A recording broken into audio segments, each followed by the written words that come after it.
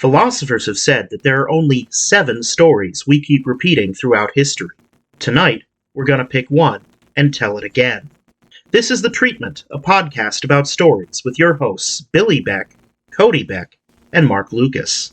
The Treatment is filmed instead of a live studio audience. It sure is. We film it because maybe eventually our backlog will be on the podcasts tab on Netflix. Did you know that exists, Mark? I only know that exists because a podcast I listened to talked about being on there. Same. Maybe us one day. I have a review of the last movie we made. Oh? I hope it's a good one. It is an 8 out of 10 from Empire for The Protector.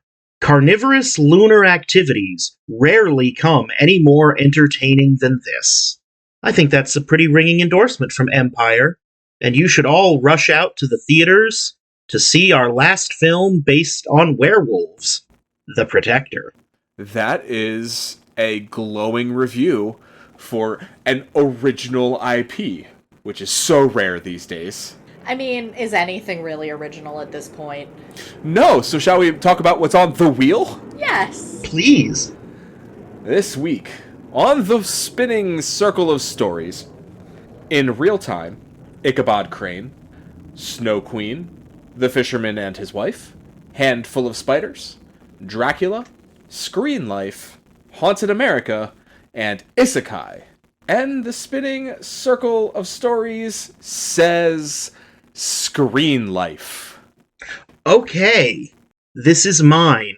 So, instead of a specific story, I guess I should explain first what Screenlife is, and then why I put it on the circle. Yes, please, because I have an idea of what I think you mean, but I don't know if that's what you actually mean. So, Screenlife is a specific genre in which the entire action of the film is portrayed through a computer screen. Some examples of Screenlife genre, and these are movies that I admit to not having seen because I've never seen any movies, but some Screenlife examples include that movie Unfriended. It was like a horror movie with like a bunch of kids on a Skype call. Or the 2025 Amazon-produced Ice Cube starring War of the Worlds. There was also an episode of The Simpsons that aped the Screenlife genre, as if everybody was watching different videos on SpringTube. Now, the reason that I put Screenlife on the spinning circle is because I've never seen or heard of a good Screenlife movie. And that kind of led me to believe that it may not be possible to make a good Screenlife movie. And then I thought, I have a podcast where we try and make good movies. So if we can't come up with a good Screenlife movie idea, then I think I can put that idea to bed. It is not possible if we can't do it. I was gonna say, both of the examples you cited, I have only heard bad things about. Exactly. You did really set us up for success on this one, huh?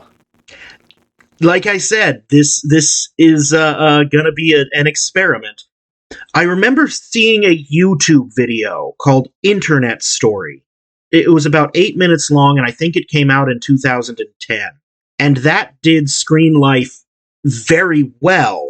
But also, that was an 8-minute YouTube thing. Yeah, I think we're gonna have to really play with form for this, because I think the only way... Okay, so, I know you've never seen a movie, Mark. The movie Cellular. The premise of that is the guy picks up a call from a woman, and he's on a cell phone. She's trapped in, I think, her own attic. It's not her own attic. Oh. And she called him on a phone that has been smashed to pieces, and she called him by tapping wires together until he picked up. So she can't call him back. And the whole plot of the movie rests around... This is one of my favorite bad movies, by the way. The plot revolves around him trying to stay on the line with her to figure out who's after her, why they want her dead, where she is, and all that. So what I'm thinking... The reason I bring that up is because I think the way that you make a Screenlife movie work is it doesn't have to be the same screen the whole time, but you're kind of following a narrative through the different scenes. So I could see a Pixar, doing a Screenlife thing where it's like start on computer screen or start on phone screen because guy wakes up and you only see like the reflections and stuff in the screen, and then it switches to like iPad or TV screen while he's watching the news, and then it switches to screens at the train station while he's riding the train to work, and then it's computer screen, and then it's video game screen. Like, I could see that kind of going where it's not the same screen throughout, but you're still getting the story to progress through the different kind of screen. Okay. On a technical level, is it still Screenlife if we are filming a screen and you can see the world behind it, or not? Because I'm thinking with cell phone screens, there's two ways to do it. If we're switching it up, which I like the idea, is the screen that the audience is looking at the screen that events are happening on? Or is the audience looking through the screen at a screen on film that the events are happening on? Which, the follow-up question then is, if the former, we would just change aspect ratio for phone screens and shit. Or maybe even play with having 2 or 3 phone screens on there at once because it's a vertical image. You know what I'm saying? Yeah.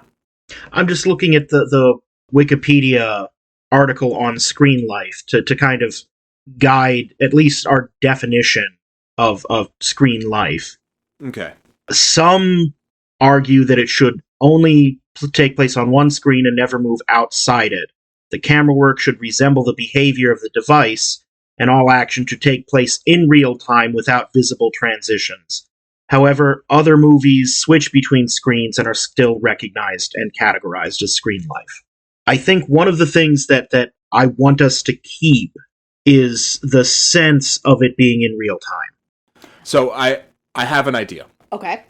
Because of the format of cinema is that widescreen, right? But a cell phone format is that vertical screen. I'm thinking it's 3, no more than 4 cell phone screens going across the screen. And then it never leaves from them, and that is the whole thing.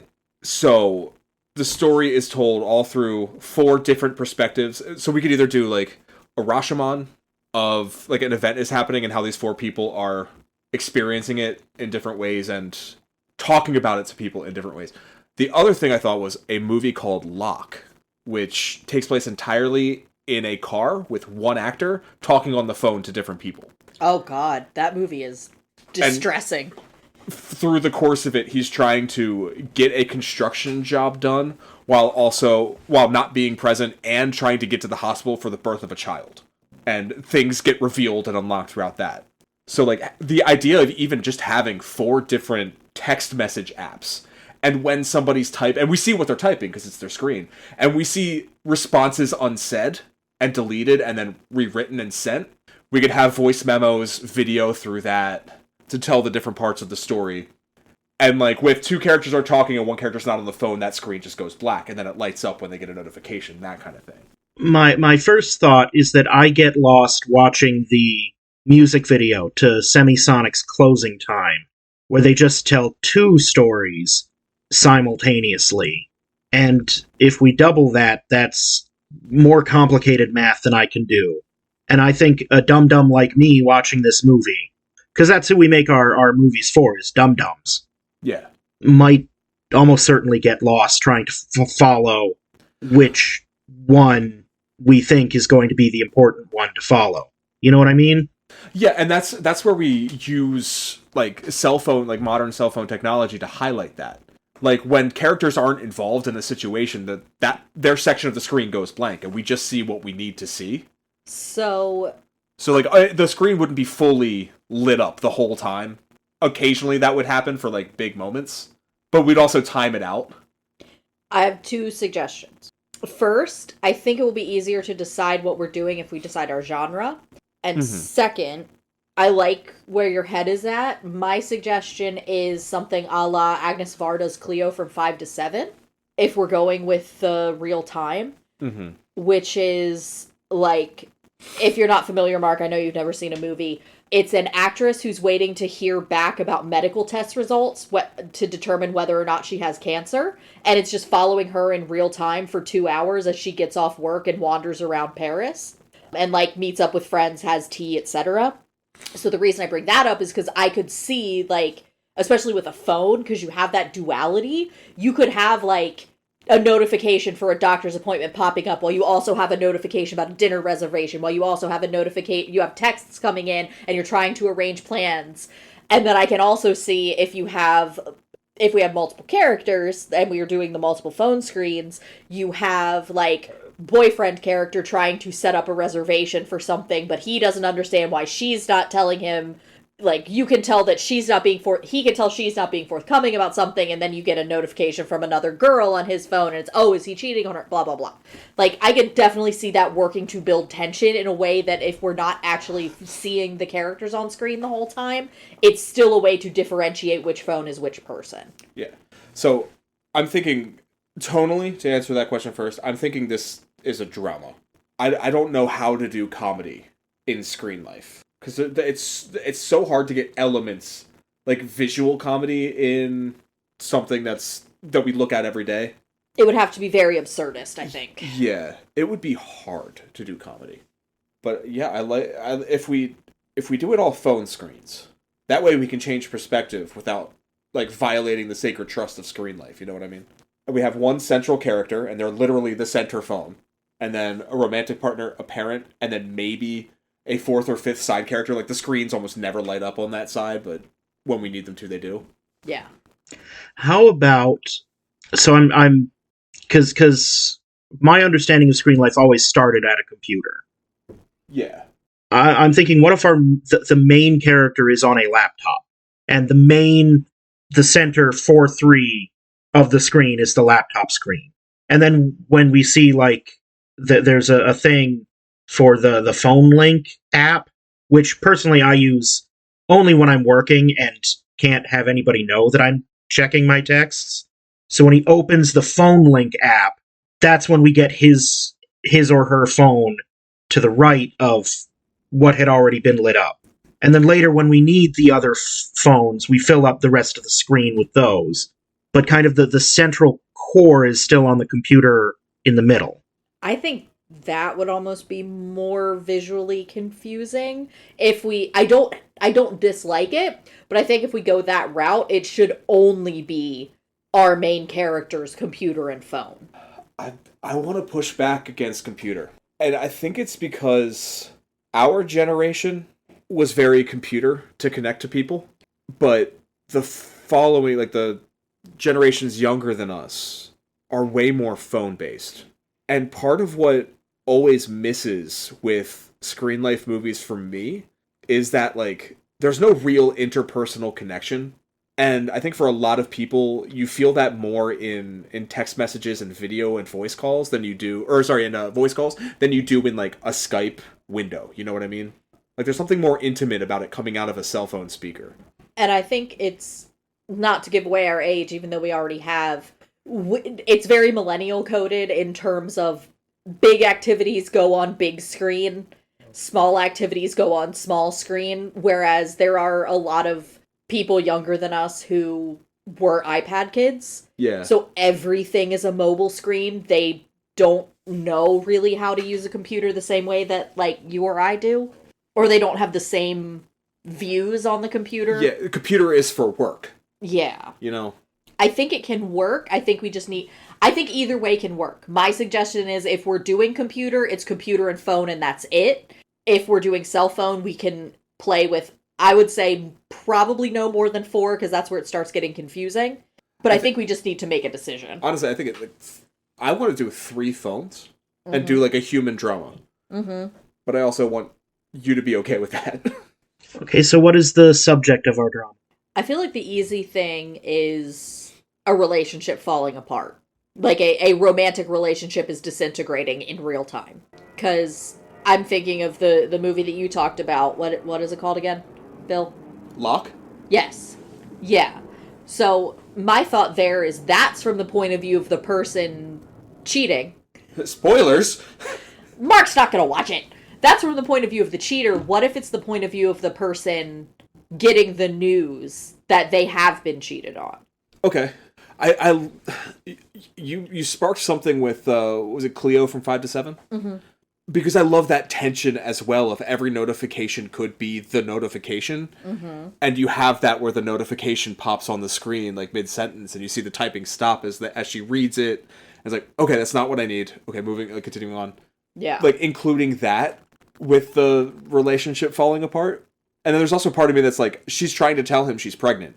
And her friend lets her know, oh, she saw him with so-and-so. Yeah, I was also thinking something to do with pregnancy. There is a play, and it's called Seascape with... Oh, with something in Dancer? Yeah. Oh, fuck, what's that called? I'll look it up. The reason I bring that up is because the final scene is a woman has gotten an abortion of a baby that she maybe probably wanted because she doesn't feel that she's good enough for her partner. The woman is deeply mentally ill, clearly. But basically it's like Act 1 is them getting together, Act 2 is the relationship blossoming and her finding out she's pregnant, and then Act 3 is the reveal that she has had an abortion even though they both wanted this baby because she feels that she's ruining the life of the person she loves. So I could definitely see something either pregnancy or termination related. Seascape with Sharks and Dancer by Don Negro. That's what it's called. Okay. I hope that's how that's pronounced. Okay. So how do we tell that kind of a story only on phone screens? So I think if we're going with 3 phones, the obvious one would be person A, person B, the 2 people that are in the relationship, and then C is either... I think we can play with C being different people. Like, it could be parent, it could be... I think we can even play with phone B being a different person. B and C swap out. Yeah, B and C swap out, but A stays our main character. I think we would need to basically set a color palette for each phone, and that kind of indicates what character is which. The lock screen. Yeah. The lock screen and background. Yeah. Like, we're introduced to each character by their lock screen and background. Yeah. Okay, so just to iron out the story. Mm-hmm. So I think we still need to iron out the story, and then we'll We do. Yeah. worry about how we're telling it. So, what if our main character finds out she's pregnant, and she's not sure if it's her boyfriend's or if it's that one guy from the work trip? Ah, okay. And there is... Not only is she deciding whether or not to tell him, she's deciding whether or not to keep it. Because she doesn't know. Yeah. So... I'm not pushing back. This is just a comment that we want, 6 people to see this movie. Based on how we're describing it so far, we want 6 people to see this movie. Thing. If I was told a movie was structured like this, I'd probably check it out just to see what it's like. Yeah, you and 5 other people. Okay. What would be your suggestion to make more people see it? I didn't say that this was pushing back. This is simply, we're making a Screenlife drama about maybe abortion? Okay, here's the thing. We weren't going for marketable this time. We were trying to see if it was possible to even make it good. That's true. There is are true. a lot of good movies that ain't nobody's seen, so... Oh. You know what? Let's narrow it down even further. It's not her boyfriend. It's her girlfriend. And she's pregnant. And she has to figure out how to tell her girlfriend. Now, the elephant in the room that needs to be addressed is, in that case, was the guy on the work trip consensual? Yes. Okay. Because I think that makes it worse. Yep. Okay. So... I just again, to say ideas that are in my head. Worse for who? If it's consensual, it's worse for her. If it's not, it's worse for us as the storytellers. True. We've widowed it down from 6 to 2 people. That's less people that are making it. And even then, there's 3 of us. Listen, exactly. They put Morbius in theaters twice. We can make this happen. My favorite part was when he said it's Morbin time, and then he morbed all over those guys. I think I've seen Morbius, but I don't even remember. I've seen Bloodshot. I've seen Bloodshot twice. I know. I saw it with you. Okay, so she's talking with her girlfriend. That's going to be a major plot thread, as she's trying to decide whether or not to tell her, and she's overreading into things her girlfriend is saying. Mm-hmm. She's also texting with a guy from work to try and figure out who that guy was and what his number is, so she could reach out to him. I had an idea for the boyfriend character before we made it a girlfriend character, and I think we can still make it work with a girlfriend character. Okay. I want, on her screen, occasionally, a sports score comes in, and she gets in a saltier mood when her team starts losing.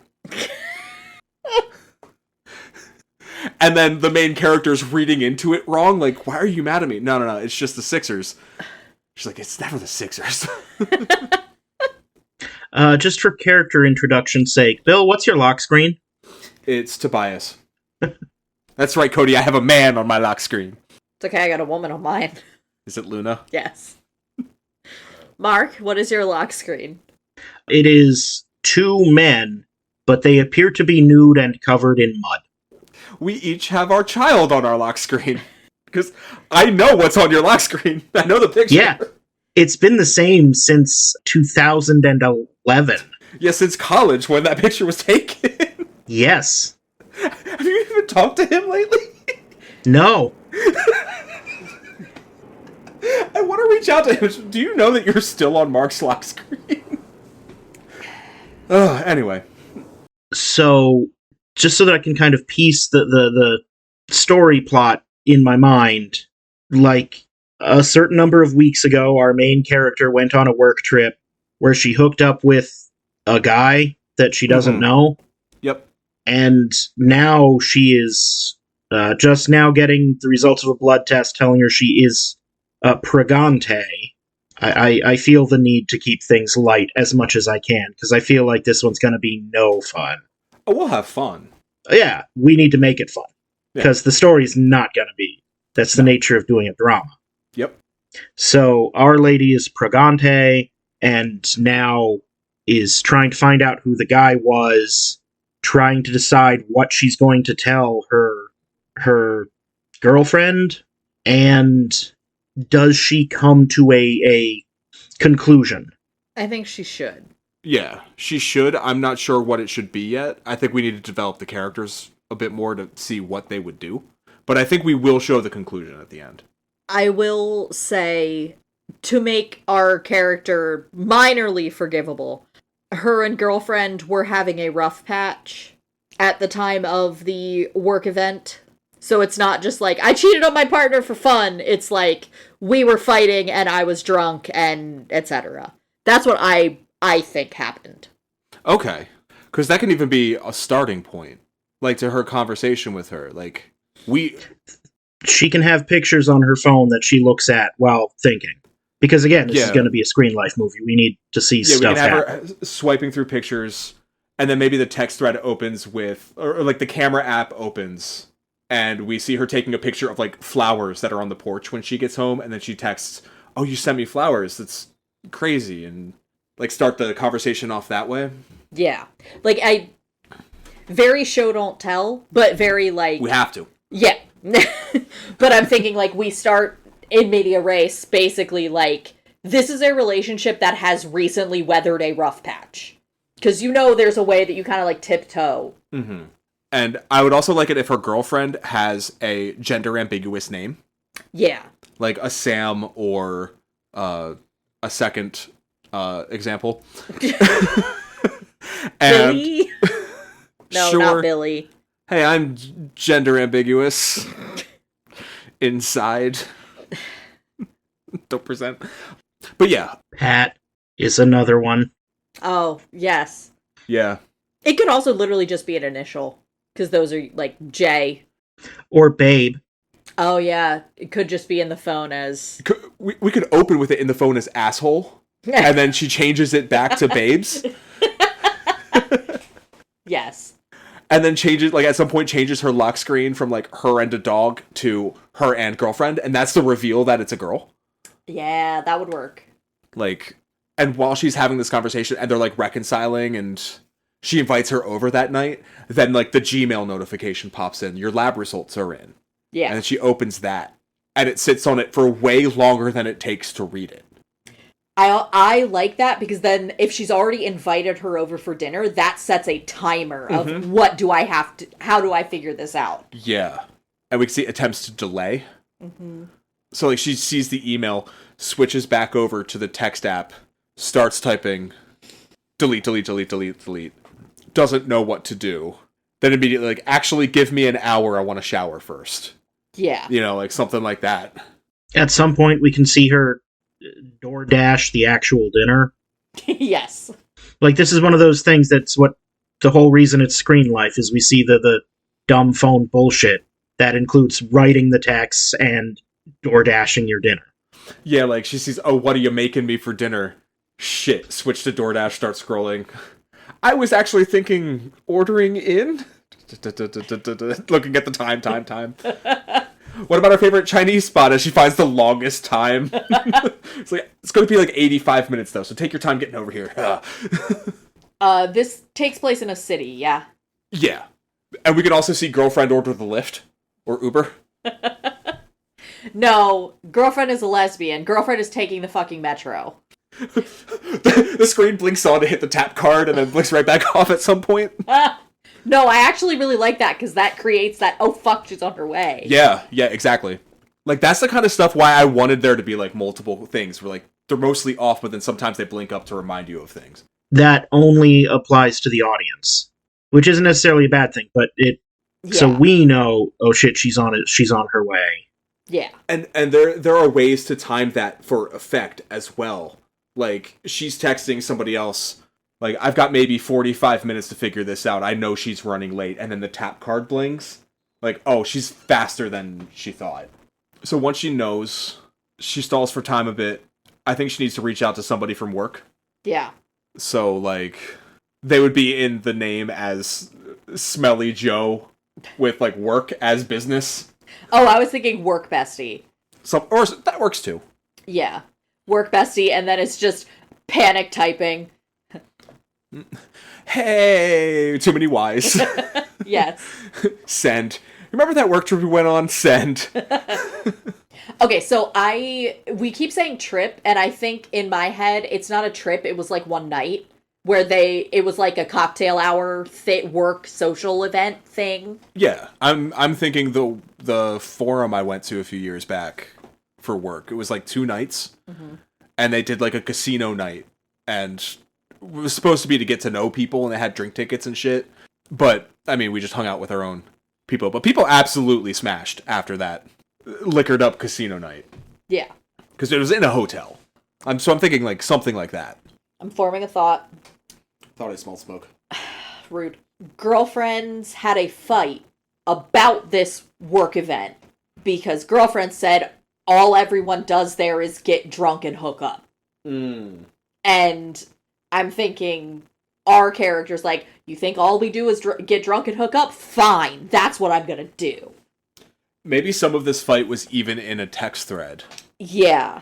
And while our main character is taking a break from phone to do something, our other character on the metro is scrolling back through old texts. Yeah. So the main story, she's looking for the guy. Open up LinkedIn, start scrolling, right? Yes. Try and find out what his name was. Because she's trying to reach out to him to let him know as well. She finds him on Instagram. What's he like? I think he should be nice. Yeah. Should he be married? Yes. Drama, baby. If Henrik Ibsen would put it in a play, we're gonna put it in this. All right. Okay.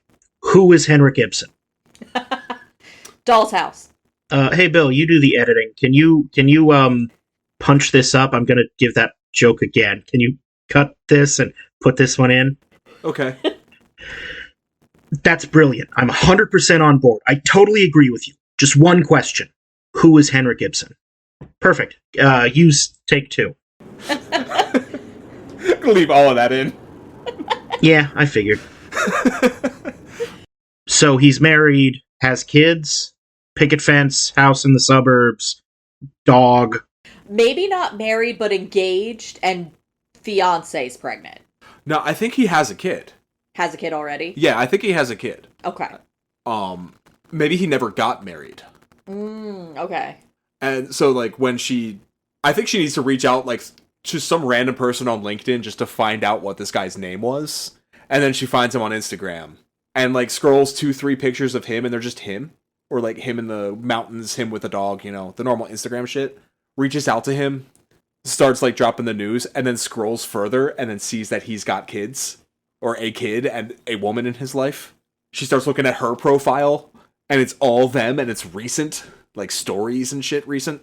While she's talking with him about trying to drop the news. And I think she would just drop it right away, because she doesn't know the guy. Yeah. Other than knowing him in the biblical sense. How does our story end? I think they can't actually have dinner. I mean, if we're telling the whole thing Screenlife, we're not going to see the dinner anyway. And I feel like our story has to end when they stop texting, you know? Yeah. I've been thinking about that. I was thinking, you mentioned our protagonist, when her phone goes dark, she's going to take a pregnancy test? Like a pee in the toilet pregnancy test? Yes. But if she's already got, like, the doctor notification... It could be a false positive, you don't know. It's a denial. She's 100% in denial. Okay, fair. Or maybe she's going to throw up, something like that. Maybe the guy, like, doesn't believe her, and she doesn't want to forward him this email from her doctor with all sorts of other things. Oh, yeah. And that's why she sends the pee stick test. Okay. Yeah. I'll allow it. But again, to kind of get answers to my questions, there's no way in hell she ends up with the guy. Like, that's not an option. No. Now, when we said we want him to be a nice guy, are we talking nice like, hey, I'm willing to support you in whatever decision you make in this, just let me know what you need? Or nice in that he just Venmos her $600 for the abortion? Because both of those guys would consider themselves to be nice. But one of those guys is wrong. I think it's worse for her if he's the first one. Okay. Because I think both people in her life need to appear to be supportive, so the decision she has to make is worse. Like, not saying she's the problem, but she's the problem. Yeah. So again, just kind of getting answers to my questions so that I can picture the rest of this fitting together. She doesn't end up with him. Yeah. Does she reconcile with her partner? Or does this one have, like, an unhappy ending? Structurally, I think this ends on the phone. And maybe it's the the whole thing's on the phone. What do you mean? On a phone call.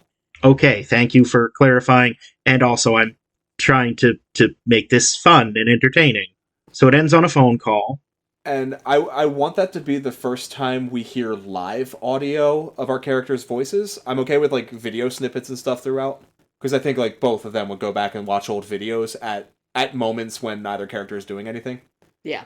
To build backstory of their relationship. And that's also where we can get music, which there should be. I literally thought of having whatever the third unused phone is on screen, just open up Spotify and start playing music at times. Just do it, like, balls out. Or even one of the main ones. You can play Spotify in the background, right? Yeah, you can. Yeah. I think it has to end on the phone with them. And I'm thinking our main girl is, like, calls and is like, hey, have you left yet? And girlfriend is like, no, I haven't. But we know that she has. And maybe she's been going through, we see, like, Apple Wallet notifications popping up as she's, like, buying gifts. Like, maybe even a jewelry store gift. Yeah. And then, I think then she has to drop the news. I think she was hoping that the guy would make the decision for her. But because he's like, I will support whatever you choose to do. It's your body. You're the one who has to go through it. I could deal with the consequences on my end, no matter what you choose to do. So then she has to broach the subject. So, I think we need to decide, is this character someone who spite slept with someone else to hurt her partner's feelings? Is this someone who is going to want to deal with the consequences of her actions? Because I don't think she is. And I kind of think it's a bittersweet ending if she gets that, like, she calls her girlfriend because she's like, hey, I have some news. And then that's when she gets the message from the guy who's like, I'll support you, whatever your choice is, whatever you want to do, it's your body, whatever. And that's when she decides, I'm going to lie. And she chooses not to tell her girlfriend and says something else. And we see her scheduling, like, open up Planned Parenthood schedule. I think that's the end. Because a person who doesn't want to deal with with the consequences of their actions is not gonna keep a baby. Correct. And I think the girlfriend, I think the fight that they had was instigated by the girlfriend. Mm-hmm. And the girlfriend has been working on herself the past month and is now coming to propose. Yeah. And I think we leave the audience with the proposal. That's how we see it when she gets to the house for dinner. I think when she gets to the house... She sets up a camera. Maybe we see, like, camera or phones that haven't lit up, like, on the far ends of the screen in different angles, because she went to pick up friends to film the proposal. You know what I'm saying? I think a proposal's a little too far. A little too far? Okay. I was just trying to figure out a way to get cameras up so that we see the actors. Who's looking at them on their phones? Who's looking on a Ring camera on anything but a phone? No, but at that moment. The NSA? The NSA. One of the lock screens is just the NSA logo. Defending your rights for the duration of the permanent war. I do like the juxtaposition for the closing of our picture being one phone. She's about to send a proposal text, while the other phone is on the Planned Parenthood scheduling the abortion. Was I the first one to actually say the word in this podcast? I think so. Yeah. I win, baby! Boom! 10 points. Okay, not a proposal, but moving in together. She went to a key shop. Yes. And got spares made for her bigger apartment. Yes. So we see our main girl on Planned Parenthood scheduling an appointment, and the girlfriend texting another friend, like, a picture of the keys. I'm going to ask her to move in tonight. Oh my god, did you buy her a ring? A key ring? I feel like this is going to be a short episode of the podcast. Yeah, I think we kind of it's such a simple story. Yeah. Because if we're telling it in real time, it would take, about an hour and a half for all these things to happen. Yeah. At some point, I'm just thinking about phone things. Mm-hmm. At some point, I want one of them to send the other, maybe even earlier on, before the drama really kicks in, send a TikTok, one of those ones of, like, a rat crawling out of a toilet with the caption, "This is you." With, like, 3 hearts. I know I said I want their phone call to be at the end, but I think we changed that. So maybe her mom calls and she ignores it, and then her mom calls again and she ignores it because she's still, like, figuring shit out. And then the third time her mom calls, she has to take it. And we hear, like, she's a little short with her mom, and her mom's trying to tell her about her dog. Hey, mom, I'd love to hear about little Benji, but Sam's coming over for dinner, okay? I need to go. Yes. But one more thing. When he pooped, Mom, I gotta go. Thought somebody died. Did not need that today. Texting a sibling that's just like, why does mom only call at the worst moments? Oh, maybe she confides in the sibling. Yeah, we do need kind of like a sounding board character. Yeah, that's what it's missing. We need a sounding board. Yeah. Big sis. I think because we're also kind of playing with having that third phone be a lot of different things. Mm-hmm. Mm-hmm. What if she has a therapist that she doesn't actually listen to that much? Like a real therapist or like BetterHelp? Either. I was thinking the BetterHelp, like, chat therapy that you could do, because you could do it via text. At the very least, she's in therapy and it's not working. Because she's not the kind of person that's taking it seriously. Yeah.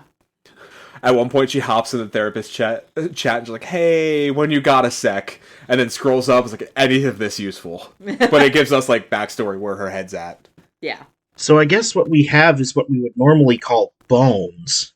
But because of the limits of the Screenlife genre, I'm having trouble picturing literal physical scenes. Yeah, because it's all apps. It's all stuff that would come out in the screenwriting phase. You know what I mean? Like, there would definitely be an argument in the writer's room over Postmates versus DoorDash. Well, who's paying? That wouldn't be an argument in the writer's room. That would be an argument in the fucking marketing room. Fair. I think for us, first off, I think it's super important that we get, like, the actual things. Yeah. It always kind of takes me out of it when I'm watching, like, Community, and he has that, like, Teapot brand computer that's definitely not an Apple. Yep. And then he goes on to, like, youlookitup.com to you look it up something. They have a voice call on Scorp. Yeah. It's like the Nickelodeon where it's a pear instead of an apple. Yeah, like, it's gotta be Spotify or Apple Music. Yeah. It's Actually, I was going to say the opposite of that.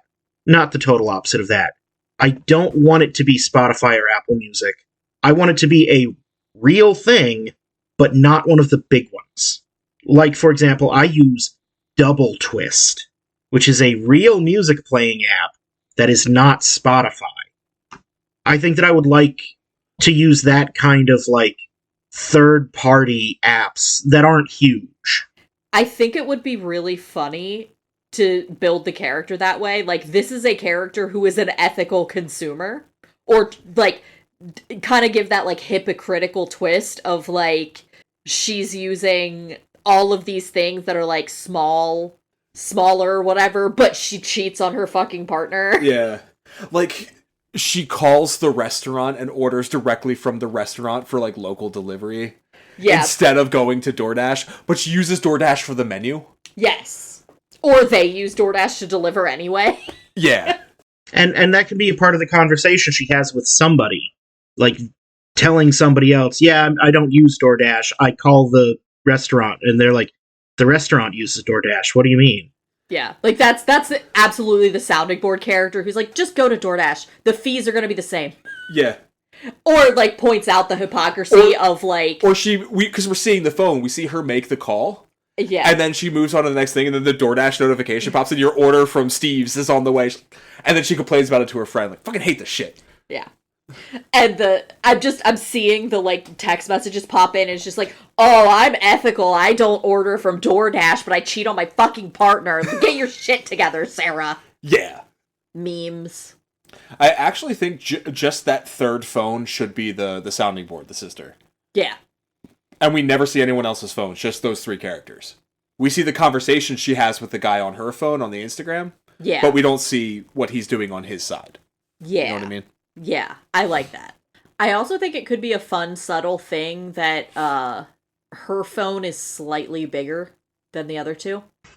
I think that's a fun detail, but it would really fuck with my head looking at the screen that way. Yeah. Fair. We'd have to figure out the actual physical design of it. Like, you're right, she has a much bigger phone, maybe even a nicer phone, but I wouldn't want to be looking at a screen where, like, the middle third is noticeably bigger than the other two. Yeah. Fair. That would honestly be another thing that comes down to who's paying us more money to have their phones featured. Yeah. Huawei. What's the Chinese one? You know, Huawei. Huawei? I mean, they're all made in China. The sister has a BlackBerry. And the sister's doing, like, work on the side. Sister's watching TikToks. This is not a serious suggestion, but at one point we bring up a fourth phone, and it's a Nokia, and Grandma, this isn't Google. It's like the Nokia brick phone. Yes. Hello, Joyce! What are you doing at Joyce's What house? time Matlock? Grandma Matlock's been off the air since the 90s. How stream Matlock? What is streaming? There's a new Matlock, and it's a lady. Oh, that's right. I forgot about the new Matlock. So unless we want to build out more bits, I think I'm good just building out more bits for a bit.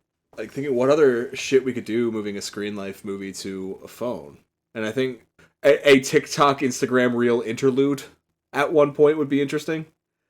I feel very cynical suggesting that at one point the sounding board sister opens her phone just to play Subway Surfers.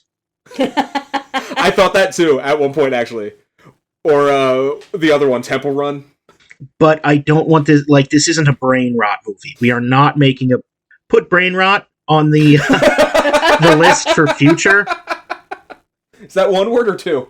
How can we adapt tongue sir? I actually don't hate the idea of, like, for a bit when we know the one character's on the subway, she plays fucking Candy Crush for a hot minute, you know? Or, like, between like, while our main character's waiting for a response, somebody watches a TikTok video or an Instagram reel that is, like, thematically relevant but not directly tied to the story. She starts getting parenting reels. Like, her sister's scrolling TikTok and gets, like, one of those, like, story time, like, get ready with me's, and she's telling a cheating story, but it's not this cheating story. Yeah. You know? And these would all be, like, original things we would write and do, we wouldn't be pulling from, but we'd make them look legit. Yeah. I think there's something there. Pulls up a search engine to figure out if the wine... She's, like, trying to figure out if she can drink wine. Pulls up a search engine to look at it. Yeah. What if the girlfriend is a poet, and when she's on the subway, she opens the notes app and starts writing? Yeah, I like that.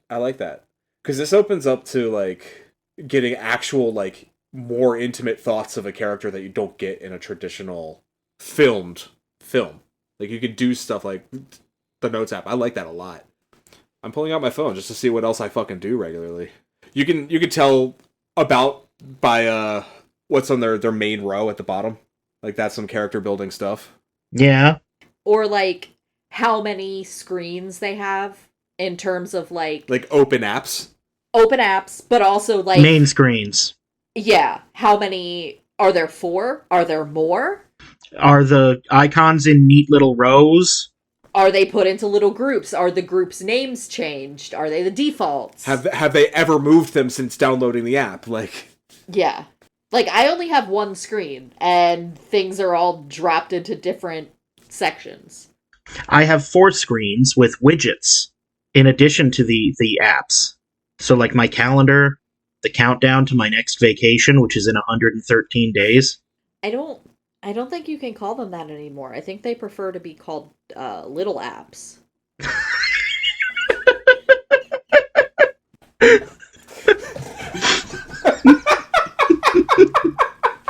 That took me Fuck off! longer than I would care to admit to figure that joke out. God damn, that was good. You motherfucker. I'm really proud of that. You should be. It's very rare that I get you both to break. I was like, shit, am I gonna have to edit this out? Nah, it's staying in. We're gonna need everything to stay in on this recording.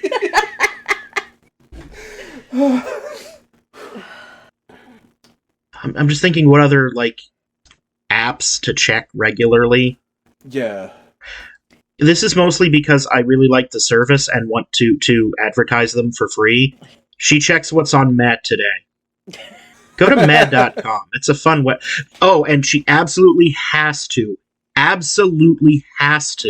go to ko-fi.com/soonmajorpod and smash that bell icon. She's ethical, right? She supports her favorite podcasters monetarily. She won't pay for Amazon Prime, but she will donate to a Patreon or ko-fi.com/soonmajorpod. This could be something that's after she gets that email from I'm sorry, I hate to interrupt, but this is just connecting one more thread to what Bill just said. She does at some point text the sister to ask what's mom's Amazon password. Yes. Or Netflix, or whatever. When she gets the email from the doctor that says, like, pregnant, the first app she opens is her calendar, and then the second app is her period tracker. That's good. I just want to share this. At the time, I thought it was a very funny joke. For some reason, the algorithm, like Google recommends apps just generally. Mm-hmm. And a while ago, I was on the main page of the App Store, and it recommended to me a period tracker. And the name of the period tracker was Clue, Ovulation and Pregnancy Tracker. And when I saw that, my first thought was not, why is Google recommending this to me? My first thought was, damn, I do not know how to play this game like I thought I did. We are going to do FaceTime calls? Yes. So I guess we actually do need to cast some actors. The sister likes to go to IMDb to look at pictures of actors she thinks looks like her. We do need to cast the 3, I would think. Yeah. Which 3? Main, girlfriend, and guy? We would need to cast the guy, but it would just be for Instagram pictures. So we could just use a model. But like as far as the actual like performances, we're only going to have 3 that would be live. She wouldn't actually call the guy? No. No, I think she would do it via just Instagram chat. Because this is super awkward, and she's trying to avoid the awkwardness as much as possible. And that's also partly why he doesn't believe her when she says she's pregnant. She's kind of a scumbag. Yeah. Yeah, I think she has a little bit of a reputation. It's taken me this long to kind of figure out that she's kind of a scumbag. Yes. I'm not the sharpest needle in the thread.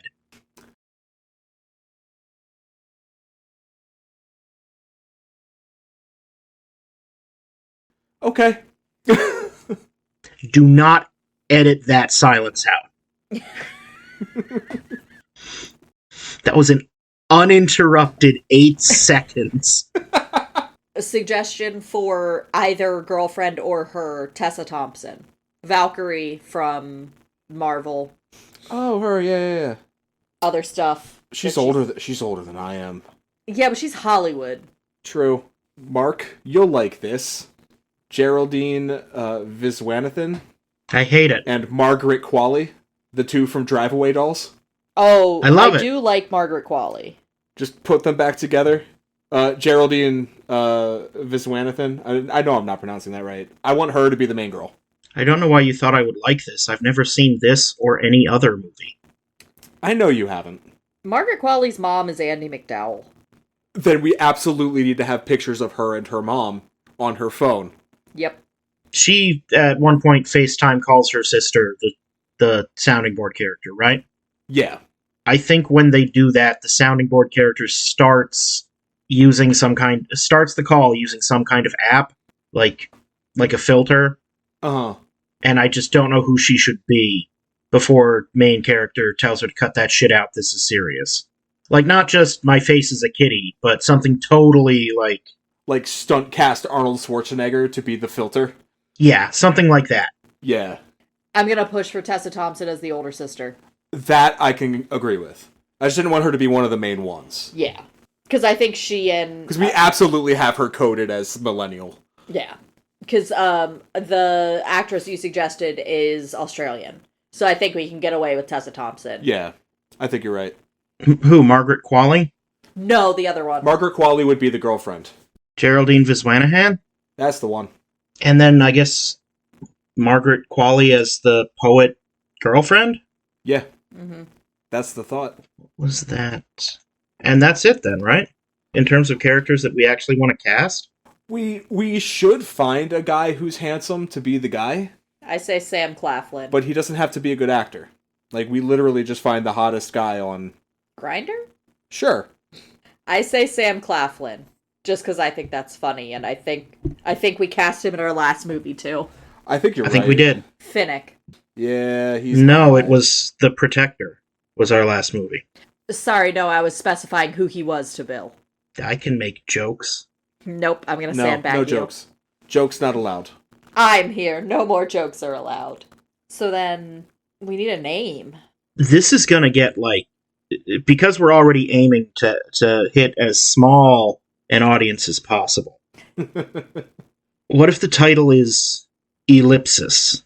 Just dot, Three dots in that, speech balloon that, Yeah. the phone app uses to say, person is typing. Yeah, stylize it that way. Yeah. But, all the websites have, in parentheses, ellipsis as the name of the movie. Yeah. I don't hate it. That's a good title, actually. I like that. And then that's also the poster. I think the poster's the whole screen, the whole phone screen, with all the relevant information as text in the message thread. I was going to suggest a play on Ghosts in the Machine, but I don't know what. But I like Ellipsis. Ghosts in the machine, but the ghost is a fetus and the machine is my womb. Well, I was just thinking ghosts, but there's a TV show called Ghosts, and it's not actually that close to Ibsen's Ghosts, but... Yeah. Oh yeah, this is like Henrik Ibsen inspired. A lesbian phone drama inspired by Henrik Ibsen. When does this premiere?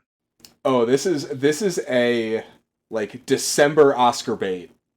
Yeah, I was gonna say this is Oscar bait with minimal human performances. We're going for this. That editing. I swear to God, we're going to get best editing. I was gonna say we're going for those technical Oscars. Whoever designed the iOS gets up for artistic design. One of their phones is not updated to the current version of the iOS. Cody. I can't, okay? Normally, this is the part where I would kind of transition into the outro, but I'm a little uncomfortable at the shortness of this episode. And a little bit of inside sausage how the baseball is made. I did not clear this with my co-stars. So they are reacting to this live right now, on direct, as the Italians say. Let's make this a doubleheader. We've got our main feature. Let's do a short. Let's do a Screenlife short feature comedy. Okay. All right. Nothing is as grand and serious. We're not going feature length. Something quick and fun and on a screen. Someone got sucked into Subway Surfer.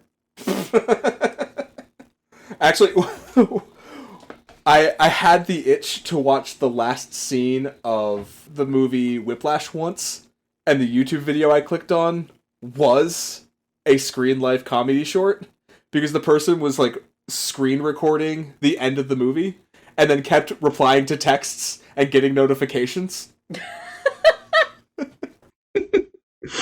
Okay, so what if, again, our main guy is trying to write... this is one... Okay, this has to be on a computer screen for this to, like, make sense and work. Okay. And he's using the phone connection app, but we only see his computer screen, and we see the text that he gets. Yeah. He is trying to do homework, like writing a master's thesis, and his dumbass friend is getting chased by a dog. So, like, he keeps typing something about, like, Pride and Prejudice, and then a screen opens up. Dude, there's a dog! Hang up. Fucking Pride and Prejudice. Well, opens back up. He's got 2 dog friends! Gets a notification from Nextdoor. Somebody's got ring footage of his buddy getting, like, hauling ass down the street, getting chased by a dog. Or somebody else emails that to him. Or instead of a dog, it's a goose. It escalates from, dude, you're missing out. They have a petting zoo set up on the quad. Who set up the petting zoo? I don't know, but they did. There's geese here. Not even that. Like, he's writing his paper, and homie's like, "Yo, bro, I'm down by the quad. I just smoked a J and I got a loaf of bread. Get over here." "Yo, man, there's a goose. I'm gonna give this goose some bread." "I'm out of bread, but the goose still looks hungry." "Ah, shit, it's chasing me." Oh shit, the goose has friends. There's like 5 of them. He got too close to the nest. A campus security bulletin about... Please do not feed animals on campus. And then maybe, like, at one point he films through the window the guy on the computer. Like, bro, I'm out here. You're up there. And Goose is here. Goose is, like, pecking at the screen. Just a conceivably adult man getting chased by a goose and pausing to text his friend and take videos of the goose that's chasing him. I was just saying, the only way that this ends is the guy panting outside his door like, thank God I finally escaped the goose, and then just honking in the hallway. I think that the ending has to be the computer screen guy sending the video of the... After he films the computer screen guy through the window, he's like, "Oh, you didn't help me with the geese, huh? Well, how about this? and then he just kind of shoves a goose in through the open window. And it ends with him emailing his professor, asking for more time on the assignment. Please see attached. As he's like trying to ignore his buddy and he's typing, he keeps replacing words. Like instead of writing guess, he writes goose. Writes honk a couple times as he's typing because he's getting distracted by the goose nonsense. Mm-hmm. At one point, the Word doc is up after the goose gets thrown in, and it's just like random keys as the goose is pecking the keyboard.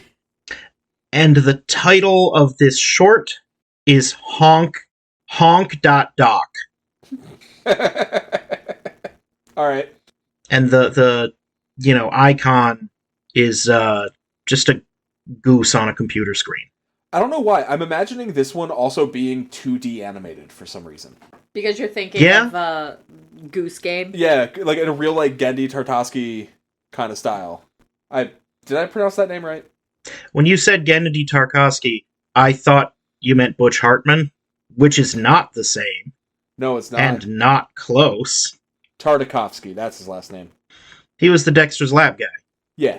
Samurai Jack is what I was thinking. I didn't watch Samurai Jack much. I didn't either, but it had a really distinct animation style. It did have a very distinct style. And I think that would work in like a Screenlife animated thing. Well, there you go, folks.